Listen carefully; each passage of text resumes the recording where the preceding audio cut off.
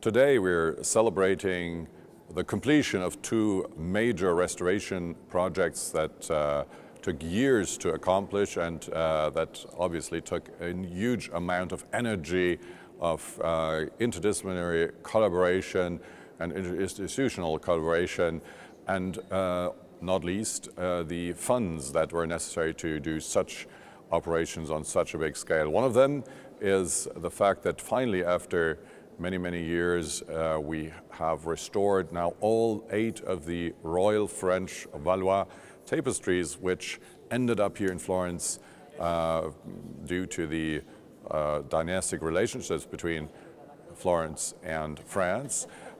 These are spectacular works featuring the court festivities at the Valois court. A selection of them has already been shown in an exhibition in Cleveland a number of years ago. Now these are finally all restored and they are truly spectacular.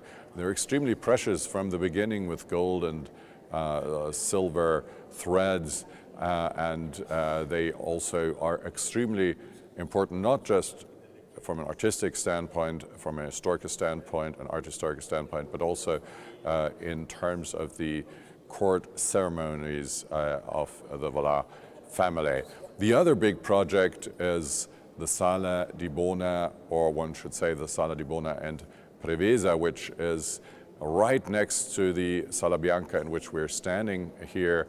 It was one of the largest fresco projects of the early 1600s and certainly the single largest one carried out in the Pitti Palace, and it is a summary and condensation, and it epitomizes the foreign policy and the military policy of Ferdinando I de' Medici, with these 2 battles fought to secure free trade in the Mediterranean, and also a celebration of the city that was most important after Florence to Ferdinando I, that is Livorno, the city of Livorno. We have the representation of the city of Livorno as one of the culminating points in this.